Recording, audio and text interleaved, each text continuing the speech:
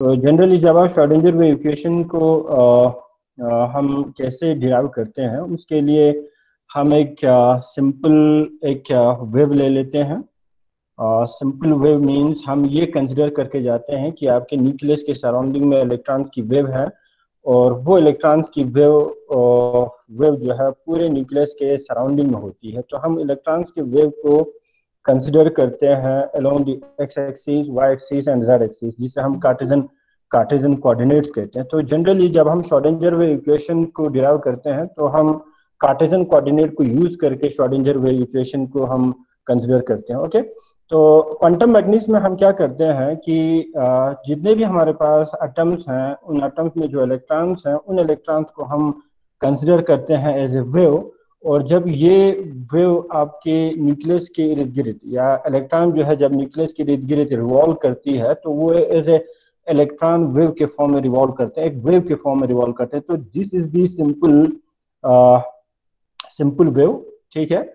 और इलेक्ट्रॉन की इसी वेव को हम रिप्रेजेंट करते हैं with a mathematical function known as the wave function, और इसी वेव फंक्शन को हम रिप्रेजेंट करते हैं साई से।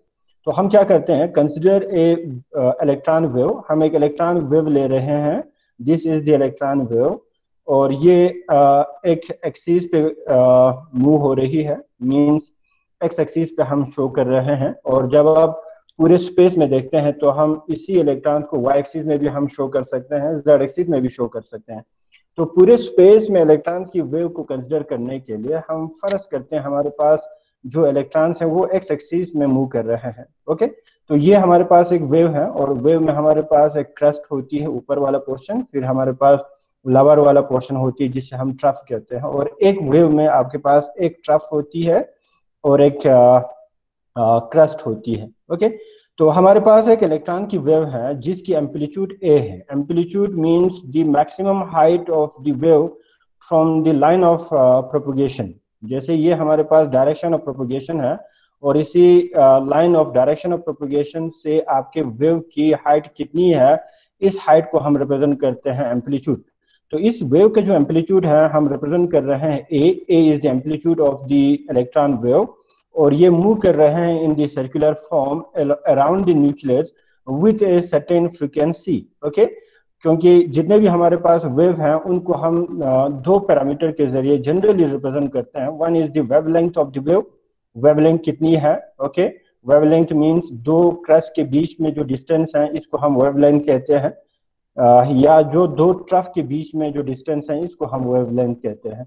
या हम इस वेव को डिटरमिन करते हैं इन टर्म्स ऑफ वेवलेंथ, या हम डिटरमिन करते हैं इन टर्म्स ऑफ फ्रीक्वेंसी। ओके, तो फ्रीक्वेंसी हम किसे कहते हैं, frequency means number of cycle पर सेकंड।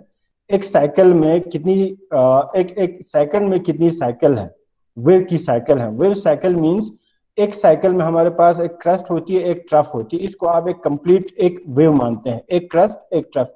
तो ये वाली जो वेव है एक सेकंड में कितनी साइकिल प्रोड्यूस होती है, इसको हम फ्रीक्वेंसी कहते हैं। तो जितने भी हमारे पास वेव है उस वेव में एक वेवलेंथ होती है, वेवलेंथ से हम डिटरमिन कर सकते हैं। सेकंड हमारे पास एक फ्रीक्वेंसी होती है। ओके, तो फॉर एग्जांपल हमारे पास एक इलेक्ट्रॉन वेव है जिसकी एम्पलीट्यूड ए है, और ये मूव कर रहे हैं around the nucleus in space in the form of circular form, ठीक है, in a circular form with a frequency of mu. हम इसके वेव की फ्रीक्वेंसी को म्यू से रिप्रेजेंट कर सकते हैं। और इस तरीके के सिंपल वेव को हम मैथमेटिकली दो इक्वेशन के जरिए एक्सप्रेस कर सकते हैं। जैसे हमारे पास ये एक इक्वेशन है, psi is equal to a sine 2 pi mu t. This is the equation, जिस इक्वेशन के जरिए आप इस तरीके के सिंपल इलेक्ट्रॉन वेव को रिप्रेजेंट कर सकते हैं। तो जब भी आपके न्यूक्लियस में, एटम के न्यूक्लियस के सराउंडिंग में जो इलेक्ट्रॉन्स हैं, उस इलेक्ट्रॉन्स के वेव को या वेव फंक्शन को हम इस इक्वेशन के जरिए रिप्रेजेंट कर सकते हैं, या हम इस तरह भी रिप्रेजेंट कर सकते हैं। ये है हमारे पास second derivative of wave function, d square psi divide by D x square along the x axis. जब आप नीचे देखेंगे तो ये एक्स एक्सिस में है, हम सिर्फ अभी एक्स एक्सिस वाले इलेक्ट्रॉन वेव को ही कंसिडर कर रहे हैं। तो second differential of wave function of electron wave function is equal to 1 divide by u square into d square psi divide by d t square. ये हमारे पास और एक इक्वेशन है जिस इक्वेशन के जरिए आप इस सैंपल इलेक्ट्रॉन वेव को एक्सप्रेस कर सकते हैं। ओके, तो हमारे पास फर्स्ट इक्वेशन जो है ये है, psi is equal to a sine 2 pi mu t, where a is the amplitude and mu is the frequency of the wave. Okay, and 2 pi is constant, ये हमारे पास एक कांस्टेंट टर्म है। और जब आप इस इक्वेशन को डिफरेंशिएट करते हैं विथ रेस्पेक्ट टू टाइम, जब हम टाइम के साथ इसको डिफरेंशिएट करते हैं, तो हमारे पास जो इक्वेशन फर्स्ट है वो बनते हैं D square psi divide by d t square. D is the differential, differential mean change in wave function. आपका जो वेव फंक्शन है वो चेंज हो रही है विद रेस्पेक्ट टू टाइम, और इसी चेंज इन वेव को हम रिप्रेजेंट करते हैं mathematically with the differentiation. Okay, तो जब भी आप एक डिफरेंशिएशन करते हैं, जब भी आप डिफरेंशियल यूज करते हैं, तो डिफरेंशियल का मतलब है चेंज होना, और यही चेंज जो है हम इस तरह रिप्रेजेंट कर सकते हैं। वेव फंक्शन चेंज हो रही है with respect to time, d psi divide by d t is equal to, a constant है, ए का डिफरेंशिएशन नहीं होगा तो मैं ए को बाहर निकाल रहा हूँ, 2 pi mu is the constant, ये भी मैं बाहर निकाल रहा हूँ 2 पाई म्यू टी। और साइन का जब आप डिफरेंशिएट करते हैं तो वो कॉस में तब्दील होती है, तो साइन जो है वो चेंज हुआ कॉस, फिर कॉस के बाद थीटा होती है, फिर ये सारे के सारे जो टर्म्स हैं 2 पाई म्यू टी ये थीटा के बराबर हम कंसिडर करते हैं, तो साइन की जगह पे कॉस आ गया, फिर इसके बाद थीटा की जगह पे 2 pi mu t. This is the first differential of the equation psi is equal to a sine 2 pi mu t. Okay, फिर हम इस इक्वेशन सेकंड को अगेन डिफरेंशिएट करते हैं। जब आप इसको अगेन डिफरेंशिएट करते हैं तो हमारे पास second derivative, second differential derivatives आ गए, तो ये जो इक्वेशन है सेकंड इक्वेशन वो हमारे पास बनेंगे D square psi divide by d t square means second derivative differential of wave function with respect to time is equal to, जब आप ए कांस्टेंट है, 2 पाई म्यू कांस्टेंट है, 2 पाई म्यू कांस्टेंट है, ये सारे के सारे जो कांस्टेंट टर्म है ये मैं बाहर लिख रहा हूँ, ए 2 पाई म्यू कांस्टेंट है यहाँ पे, फिर इसके बाद यहाँ पे जो वैल्यू है 2 पाई म्यू इसको भी मैं बाहर निकाल रहा हूँ क्योंकि ये भी कांस्टेंट टर्म है। और जब आप कॉस को डिफरेंशिएट करते हैं वो माइनस साइन में तब्दील होती है, तो माइनस साइन आ गया, और जो साइन के साथ जो माइनस है वो मैं बाहर निकाल रहा हूँ, पहले मैंने यहाँ पे लिख रहा हूँ, तो माइनस आ गया, साइन आ गया, और ये सारे के सारे थीटा है तो 2 पाई म्यू टी आ गया। तो this is the second differential derivatives of wave function with respect to time. Okay, and जब आप यहाँ देखेंगे तो second derivative differential of wave function with respect to time जो है वो बराबर है हमारे पास माइनस ए 2 2 से 4 हो गया पाई, और पाई जो है वो पाई स्क्वायर हो गया, म्यू स्क्वायर हो गया, तो ए 4 पाई म्यू स्क्वायर आएंगे, साइन 2 पाई म्यू टी आएंगे। Okay, but we know that first जो इक्वेशन जब आप देखेंगे तो psi is equal to a sine 2 pi mu t आए थे, तो a sine 2 pi mu t की जगह पे आप साइन यूज कर सकते हैं। तो हमारे पास जो इक्वेशन बनेंगे ना वो है d square psi divide by d t square is equal to 4 pi square mu square, मैं ये पहले लिख रहा हूँ, फिर इसके बाद ए लिखा मैंने साइन 2 पाई म्यू टी, क्यों, क्योंकि ए साइन 2 पाई म्यू टी जो है वो साई के बराबर होती है, इसीलिए इसकी जगह पे मैं साई यूज कर सकता हूँ, मैं साई पुट कर सकता हूँ। तो हमारे पास d square psi divide by d t square है, second derivative differential of wave function with respect to time is equal to minus 4 pi square and mu square, जो यहाँ पे है मैंने यहीं पे लिखा, a sine 2 pi mu t की जगह पे मैं साई वैल्यू पुट कर रहा हूँ, तो ये हमारे पास थर्ड इक्वेशंस आ गए। ठीक है, but we know that the velocity of the frequency of light is equal to mu is equal to c divided by lambda। आपने इलेक्ट्रोमैग्नेटिक रेडिएशन में पढ़ा होगा लोअर क्लासेस में, तो इलेक्ट्रोमैग्नेटिक रेडिएशन की जो फ्रीक्वेंसी है वो बराबर होती है c divide by lambda, where c is the frequency, where c is the velocity of light. ठीक है, अब हम इलेक्ट्रोमैग्नेटिक रेडिएशन के साथ कंसर्न नहीं है, हम इलेक्ट्रॉन के साथ कंसर्न है, हम मैटर के साथ कंसर्न है, तो हम जो इलेक्ट्रॉन के जो वेलोसिटी है उसको हम रिप्रेजेंट कर रहे हैं u से। तो इलेक्ट्रोमैग्नेटिक रेडिएशन के जो इक्वेशन है mu is equal to c divide by lambda, c light का वेलोसिटी है, अब जब आप इलेक्ट्रॉन पे अप्लाई करते हैं तो c की जगह पे मैंने u अप्लाई की, u डिवाइड बाय लैम्डा हुआ, क्योंकि u जो है वो वेलोसिटी ऑफ इलेक्ट्रॉन वेव है, क्योंकि आपका जो इलेक्ट्रॉन है वो न्यूक्लियस के सराउंडिंग में एक सर्कुलर फॉर्म में कुछ वेलोसिटी के थ्रू रिवॉल्व करती है, मूवमेंट करते हैं, तो जो वेलोसिटी है आपके इलेक्ट्रॉन वेव में उस वेलोसिटी को मैं रिप्रेजेंट कर रहा हूँ u। तो we know that the frequency of the electron wave is equal to u divide by lambda. जब आप इसको स्केयरिंग करते हैं बोथ साइड तो हमारे पास बनेंगे mu square is equal to u square divide by lambda square, and mu square के जो वैल्यू है इसके जगह पे आप ये वाली वैल्यू पुट कर सकते हैं इन द इक्वेशन थर्ड। तो substitute the value of mu square in equation third, we get d square psi divide by d t square is equal to -4 pi square अपनी जगह पे रख रहा हूँ, म्यू स्क्वायर की जगह पे मैंने ये वैल्यू पुट किया, you square divide by lambda square into Sai अपनी जगह पे है, and this is the second fourth equation. Okay, and d square psi divided by dt square is equal to 4 pi square and u square divided by lambda square and psi. ये हमारे पास equation number 4 बना था, but we know that the lambda of the wave, ठीक है, lambda of the electron wave is equal to h divided by mv. ये हमारे पास de Broglie equation है, हमने कल भी डिस्कस की। de Broglie इक्वेशन जो है लैम्डा जो है h डिवाइड बाय mv के बराबर होती है। तो स्क्वेयरिंग किया मैंने बोथ साइड, तो हमारे पास बनेंगे lambda square is equal to h square divide by m square and u square. Okay, और जब आप इक्वेशन नंबर 4 को देखेंगे तो हमारे पास यहाँ पर लैम्डा स्क्वायर है, तो लैम्डा स्क्वायर की जगह पे आप ये वाली वैल्यू पुट कर सकते हैं, h square divide by m square and u square.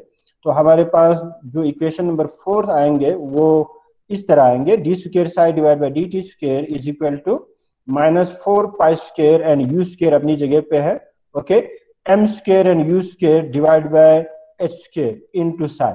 ठीक है, आप लैम्डा स्क्वायर की जगह पे मैंने h square divide by m u square डाला, तो h square divide by m u square v square आएंगे, तो ये वाला ऊपर चला जाएंगे, तो m square and u square ऊपर चले गए। हमारे पास ये 5th इक्वेशन है।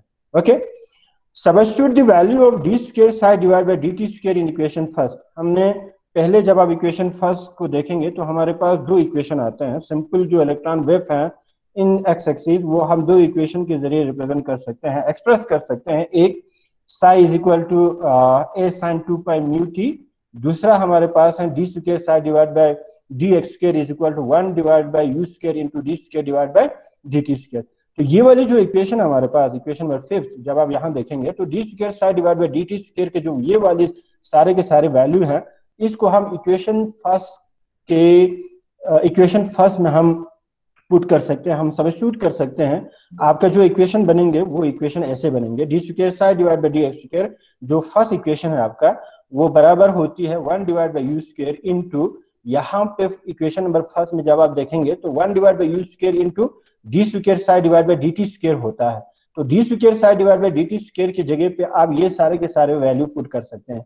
तो हमारे पास बनेंगे -4 pi square and u square and m square and u square divide by h square into psi, and यहाँ पे एक यू स्क्वायर है, यहाँ पे एक यू स्क्वायर है, this u square and this u square cancels out, and d square psi divide by D x square is equal to -4 pi square m square and u square divide by h square into psi, और ये हमारे पास 6th equation है। Okay, तो जब आप 6th equation को देखेंगे तो हमारे पास है d square psi divide by D x square is equal to -4 pi square and m square and u square divided by h square into psi is equal to 6. This is the 6th equation जो हमने पहले देखा। But we know that the total energy of the electrons is equal to kinetic energy of the electrons plus potential energy। ठीक है, electrons के पास एक intrinsic energy होती है जिससे आप पोटेंशियल एनर्जी कहते हैं, लेकिन साथ साथ आपका जो इलेक्ट्रॉन है वो मूवमेंट कर रहे हैं, और जब भी आपका पार्टिकल मूव करते हैं तो उस मोशन में आते हैं तो उसके पास और एक एनर्जी आते हैं जिससे हम काइनेटिक एनर्जी कहते हैं। तो kinetic energy is the energy by virtue of motion. ठीक है, तो इलेक्ट्रॉन मोशन में होती है, न्यूक्लियस के सराउंडिंग में वो रिवॉल्व करती है, इसीलिए इलेक्ट्रॉन में काइनेटिक एनर्जी भी होती है। तो काइनेटिक एनर्जी और पोटेंशियल एनर्जी को जब आप सम अप करते हैं तो हमारे पास total energy of the electrons होंगे, और इसी total energy of the electrons को मैं ई से रिप्रेजेंट कर रहा हूँ।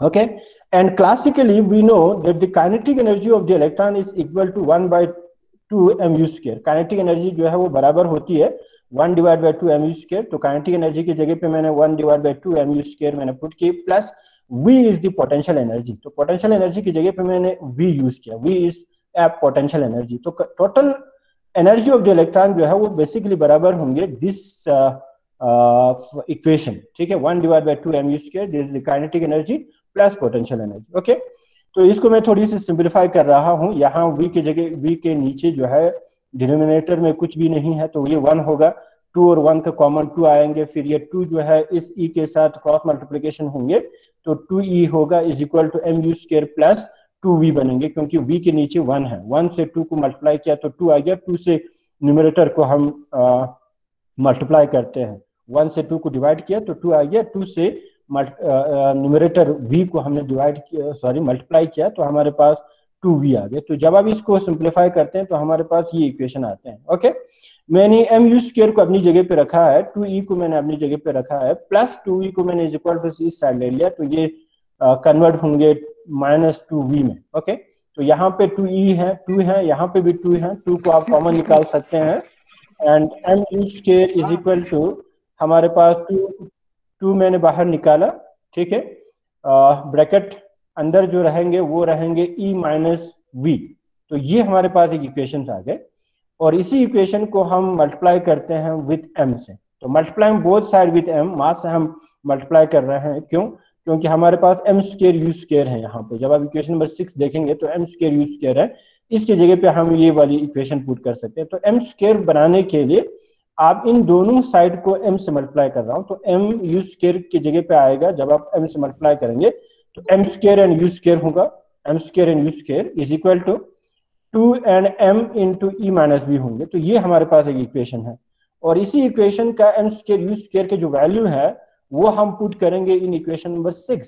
तो substitute the value of m square and u square in equation 6, we get, हमारे पास जो इक्वेशन 6 बनेंगे वो बनेंगे D square psi divide by D x square, second derivative, second differential derivative of wave function with respect to x axis, x coordinate is equal to -4 pi square m square u square की जगह पे ये वाली value मैंने put किया 2m into E minus V divide by h square अपनी जगह पे है इंटू m साइड। तो दिस इज द इक्वेशन, और 4 इंटू 2 को जब आपने मल्टीप्लाई किया तो हमारे पास इक्वेशन बनेंगे D square psi divide by D x square is equal to -8 pi square and m h square into E minus V into side.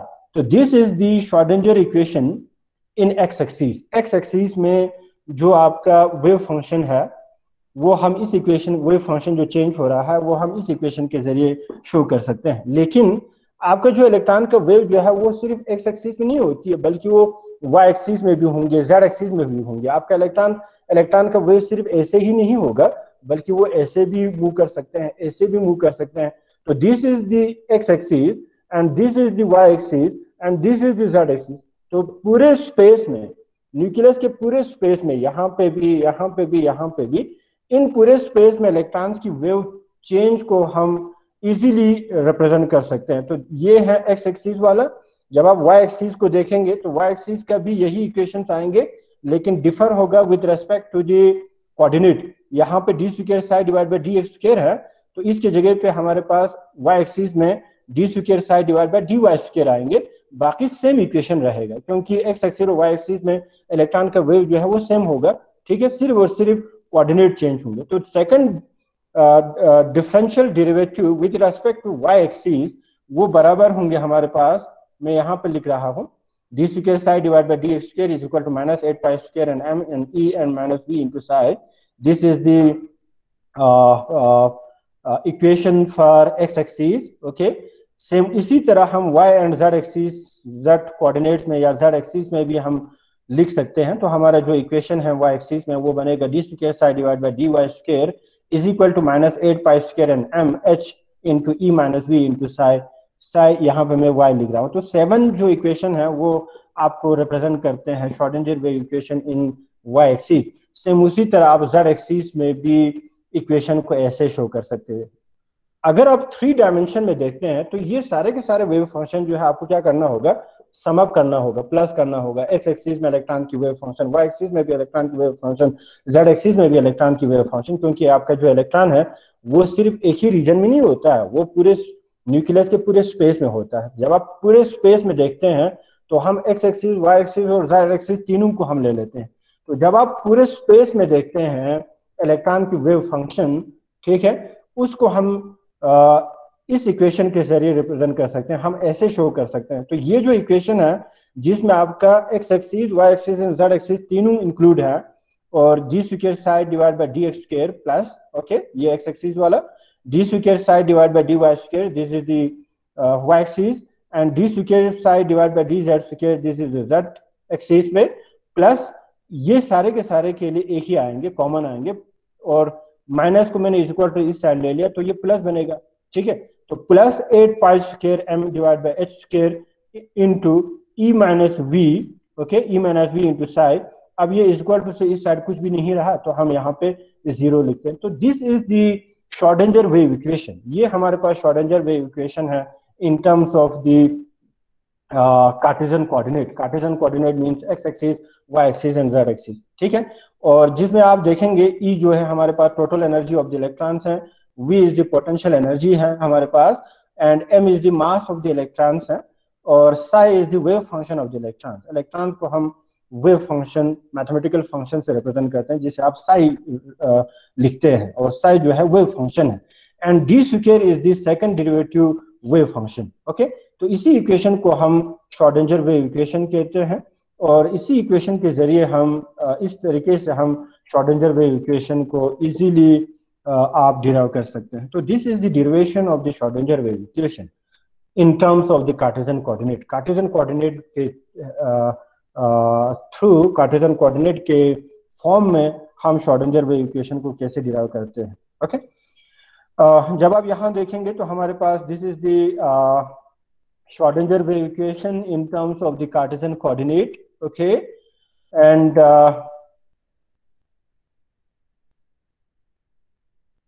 इसी Schrodinger wave equation को हम सिंपल फॉर्म में भी शो कर सकते हैं, इसको हम सिंपल शॉर्ट फॉर्म में भी शो कर सकते हैं, हम लिख सकते हैं। तो Schrodinger wave equation can be also written in this form where h with a k into psi is equal to e psi and h with a cape is a operator, और इसी को हम हैमिल्टोनियन ऑपरेटर कहते हैं, okay. psi is the wave function is equal to e into psi।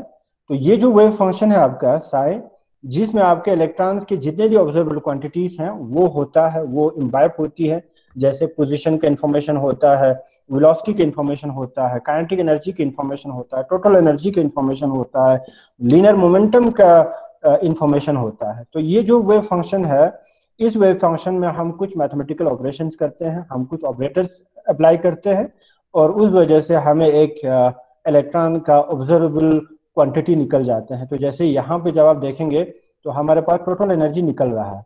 तो Hamiltonian operator जब आप electrons के वेव फंक्शन पर अप्लाई करते हैं तो हमारे पास टोटल एनर्जी मिलता है, और इस तरीके के इक्वेशन को भी हम रिप्रेजेंट करते हैं Schrodinger wave equation.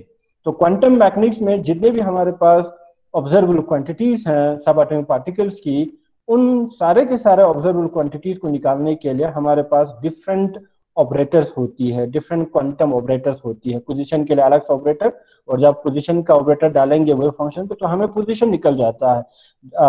Linear momentum निकालने के लिए आपको लीनियर मोमेंटम का ऑपरेटर यूज करते हैं, ओके। तो हमारे पास डिफरेंट ऑपरेटर्स होती हैं, और इस फॉर्म को, इस वाले फॉर्म को हम श्रोडिंगर वेव इक्वेशन भी कहते हैं। एंड सेकंड जो हमारे पास टॉपिक है examination point of view important is Schrodinger equation for hydrogen atom. हम हाइड्रोजन एटम के श्रोडिंगर इक्वेशन को हम कैसे लिखते हैं, ओके। तो जब आप हाइड्रोजन एटम को देखेंगे तो हमारे पास हाइड्रोजन एटम में सिर्फ एक ही इलेक्ट्रॉन होती है, ओके। और ये आपके पास है न्यूक्लियस, न्यूक्लियस में हमारे पास प्रोटॉन होता है और न्यूट्रॉन होता है, और उसके सराउंडिंग में हमारे पास इलेक्ट्रॉन्स है। तो जब आप हाइड्रोजन एटम देखेंगे तो हाइड्रोजन एटम में हमारे पास न्यूक्लियस में एक प्रोटॉन है जिसका पॉजिटिव चार्ज है न्यूक्लियस का, और इसके सराउंडिंग में एक इलेक्ट्रॉन, सिर्फ एक ही इलेक्ट्रॉन होती है जो आपके इस न्यूक्लियस के इर्द गिर्द घूमती है, ओके। और न्यूक्लियस और इलेक्ट्रॉन के बीच में इलेक्ट्रोस्टैटिक फोर्स ऑफ अट्रैक्शन होगा। क्यों होगा? क्योंकि आपका न्यूक्लियस पॉजिटिव चार्ज है और इलेक्ट्रॉन जो है वो नेगेटिव चार्ज है, और इसी इलेक्ट्रोस्टैटिक फोर्स ऑफ अट्रैक्शन की वजह से हमें पोटेंशियल एनर्जी मिलती है, ठीक है। एक एटम का पोटेंशियल एनर्जी किसके बराबर होती है? तो वो बराबर होती है the electrostatic force of attraction between the nucleus and the electron. तो जब आप हाइड्रोजन को देखेंगे तो हाइड्रोजन का जो पोटेंशियल एनर्जी है वो पोटेंशियल एनर्जी भी इलेक्ट्रोस्टैटिक टाइप के एनर्जी है, वो इलेक्ट्रोस्टैटिक नेचर है। क्यों? क्योंकि एक इलेक्ट्रॉन और प्रोटॉन के बीच में इलेक्ट्रोस्टैटिक फोर्स ऑफ अट्रैक्शन होती है, और उसी इलेक्ट्रोस्टैटिक फोर्स ऑफ अट्रैक्शन की वजह से हाइड्रोजन एटम का एक पोटेंशियल एनर्जी क्रिएट होगा, एक पोटेंशियल एनर्जी होगा, फिक्स पोटेंशियल एनर्जी, और इसी पोटेंशियल एनर्जी को हम रिप्रेजेंट करते हैं इस फॉर्म से। तो V is the potential energy of the hydrogen atom, जिसको हम इस इक्वेशन के जरिए रिप्रेजेंट कर सकते हैं -e² divide by 4 pi and epsilon and r, where 4 pi and epsilon is the constant, E is the charge of the electrons and protons. ठीक है, तो आपका न्यूक्लियस का चार्ज है E और इलेक्ट्रॉन का चार्ज है E, E and E multiply हुआ तो E स्क्वायर हुआ। तो ये जो E स्क्वायर है वो रिप्रेजेंट कर रहे हैं charge of the nucleus and the charge of the electron. ठीक है, एक पे पॉजिटिव चार्ज है, दूसरा पे नेगेटिव चार्ज है। और R is the distance between the nucleus and the electron. Nucleus और इलेक्ट्रॉन के बीच में कितनी डिस्टेंस है, तो उस डिस्टेंस पे भी आपका पोटेंशियल एनर्जी डिपेंड करेंगे, डेफिनेटली डिपेंड करेंगे। जितना आपका इलेक्ट्रॉन दूर होगा न्यूक्लियस से, उतनी ही इनके बीच में इलेक्ट्रोस्टैटिक फोर्स ऑफ अट्रैक्शन कम होंगे। तो जितना कम होंगे इलेक्ट्रोस्टैटिक फोर्स ऑफ अट्रैक्शन, उतनी ही पोटेंशियल एनर्जी डिफरेंट होगा। समझ रहे हैं? तो पोटेंशियल एनर्जी जो है हम इस इक्वेशन के जरिए शो कर सकते हैं। ओके, एंड जब आप श्रोडिंगर वेव इक्वेशन को देखेंगे तो हमारे पास यहाँ पे पोटेंशियल एनर्जी है, E is the total energy and minus V is the potential energy। तो हम इस पोटेंशियल एनर्जी की जगह पे हाइड्रोजन एटम के केसेस में ये वाली इक्वेशन पुट कर सकते हैं, क्योंकि पोटेंशियल एनर्जी हाइड्रोजन एटम का आप इस इक्वेशन के जरिए एक्सप्रेस कर सकते हैं, आप इस इक्वेशन के जरिए डिटरमिन कर सकते हो। ओके, एंड सेकंड, जब आप हाइड्रोजन एटम देखेंगे तो हाइड्रोजन एटम में हमारे पास दो तरीके के पार्टिकल्स हैं, one is the nucleus and second is the electron. Nucleus में आपके पास प्रोटॉन है और इलेक्ट्रॉन्स हैं। इलेक्ट्रॉन का भी एक मास होगा, जब आप इक्वेशन में देखेंगे तो हमारे पास यहाँ पे मास है 8 pi square and m। 8 pi square is the constant, m मास है। तो हर एटम का मास डिफरेंट होगा। तो हाइड्रोजन एटम का मास हीलियम एटम से डिफरेंट होगा, हीलियम एटम का मास जो है वो लिथियम एटम से डिफरेंट होगा। तो आपके वहां पे नेटवर्क का इशू होगा। सभी को आवाज ठीक आ रहा है? अभी फिर से ठीक आ रहा है? Yes sir. Yes sir. Yes sir. तो आपके वहीं पे ही होगा प्रॉब्लम। ओके, तो जो ये इक्वेशन है हमारे पास, जब आप इस इक्वेशन में देखेंगे तो हमारे पास मास है। ओके, बाकी सारे के सारे सेम है, ये सारे के सारे सेम रहेगा। 8 पाई स्क्वायर भी कांस्टेंट है, h स्क्वायर भी कांस्टेंट है। तो जब आप इस श्रोडिंगर वेव इक्वेशन को एटम्स पे अप्लाई करेंगे तो हर एटम का डिफरेंट इक्वेशंस बनेगा। क्यों बनेगा? क्योंकि हर एटम का मास डिफरेंट है, हर एटम का पोटेंशियल एनर्जी डिफरेंट होगा। समझ रहे हैं? तो जब आप हर एटम का मास और पोटेंशियल एनर्जी अगर आपको पता चलते हैं तो आप हर एटम पे ये जो श्रोडिंगर वेव इक्वेशन है वो आप अप्लाई करके डिफरेंट जो ऑब्जर्वेबल क्वांटिटीज हैं वो निकाल सकते हैं। तो हमें हाइड्रोजन एटम पे अप्लाई करनी है श्रोडिंगर वेव इक्वेशन को। पोटेंशियल एनर्जी की जगह पे आप ये वाली इक्वेशन पुट कर सकते हैं where m is the mass. लेकिन जनरली जब आप एटम ले लेते हैं तो हमारे पास एक न्यूक्लियस होती है, न्यूक्लियस का एक अलग सा मास होता है, क्योंकि न्यूक्लियस में प्रोटॉन होता है तो प्रोटॉन का एक अलग सा मास होती है और इलेक्ट्रॉन का एक अलग सा मास होती है। तो जब भी आपके पास दो डिफरेंट मास के पार्टिकल्स हो तो हम उनके टोटल जो इफेक्टिव मास है उस इफेक्टिव मास को हम रिड्यूस मास कहते हैं। ठीक है, हम मास को रिड्यूस मास के फॉर्म में एक्सप्रेस करते हैं। कब? जब आपके पास दो ऐसे पार्टिकल हो जिनका डिफरेंट मास हो, जैसे प्रोटॉन का मास डिफरेंट होता है, इलेक्ट्रॉन का मास डिफरेंट होता है। तो इन दोनों के टोटल जो इफेक्टिव मास है हाइड्रोजन एटम में वो हम कैसे डिटरमिन करते हैं? वो हम रिड्यूस मास के फॉर्म में डिटरमिन करते हैं। तो यहाँ पे जो श्रोडिंगर वेव इक्वेशन में मास है m की जगह पे हम रिड्यूस मास यूज कर सकते हैं, करते हैं। और रिड्यूस मास जो है हम इस इक्वेशन के जरिए रिप्रेजेंट कर सकते हैं, मास of the nucleus into mass of the electron divide by mass of the nucleus plus mass of the electron. तो ये हमारे पास इक्वेशन है जिसके जरिए आप रिड्यूस मास निकाल सकते हो। ओके, तो जब आप इक्वेशन में श्रोडिंगर वेव इक्वेशन में मास की जगह पे reduce mass of hydrogen atom put करते हैं और पोटेंशियल एनर्जी की जगह पे जब आप पोटेंशियल एनर्जी का इक्वेशन पुट करते हैं तो हमारे पास जो श्रोडिंगर वेव इक्वेशन है हाइड्रोजन एटम का वो बराबर होंगे d square psi divide bye dx square plus d square psi divide bye dy square plus d square psi divide bye dz square plus 8 pi square and m divide by h square into e। यहाँ पे minus v आता था तो minus and ये वाली जो minus है वो माइनस माइनस प्लस हो गया, e square divide by 4 pi and epsilon and r into psi is equal to 0। Okay, तो this is the first equation. और यहाँ पे जो मास है इसके जगह पे हमने ये रिड्यूस मास भी पुट कर सकते हैं। तो जो फाइनल श्रोडिंगर वेव इक्वेशन बनेंगे हाइड्रोजन एटम के लिए वो हमारे पास ऐसे बनेंगे, D square psi divide by d x square plus d square psi divide by d y square plus d square psi divide by d z square plus 8 pi square divide by h square is h square into m की जगह पे मैंने reduce mass का formula put किया, mn into mass of proton plus into mass of electron divide by mass of nucleus plus mass of electron into e plus e square divide by 4 pi epsilon r into psi is equal to 0. तो this is the final Schrodinger wave equation for the hydrogen atom and hydrogen like atom. Hydrogen like atom means वो वाले atom जो hydrogen की तरह है, वो वाले atom जिसमें सिर्फ एक ही इलेक्ट्रॉन्स हैं, क्योंकि हाइड्रोजन में एक ही इलेक्ट्रॉन्स होती है. तो बाकी जितने भी आपके पास ऐसे एटम हो जिसमें एक इलेक्ट्रॉन्स हैं, तो उस तरीके के एक इलेक्ट्रॉन्स वाले एटम को भी हम इसी इक्वेशन से रिप्रेजेंट कर सकते हैं. ओके, नेक्स्ट जो हमारे पास टॉपिक है वो है significance of Sai and Sai square. This is the wave function. Okay, electron के वेव फंक्शन को हम रिप्रेजेंट करते हैं with Sai, and psi square is the square of the wave function, or square of the wave function means electron density or probability of electron को हम represent कर सकते हैं. ठीक है, तो psi जो है वो क्या है, basically it is a mathematical function known as wave function. हम इलेक्ट्रॉन की वेव को एक मैथमेटिकल फंक्शन के जरिए, मैथमेटिकल एक साइन के जरिए हम शो करते हैं, जिसे हम वेव फंक्शन कहते हैं. ओके, और इसी वेव फंक्शन को हम रिप्रेजेंट करते हैं साई. ओके, और इसी वेव फंक्शन में क्या होती है, it contains about the information of all the information of the electrons of an atom और मॉलिक्यूल.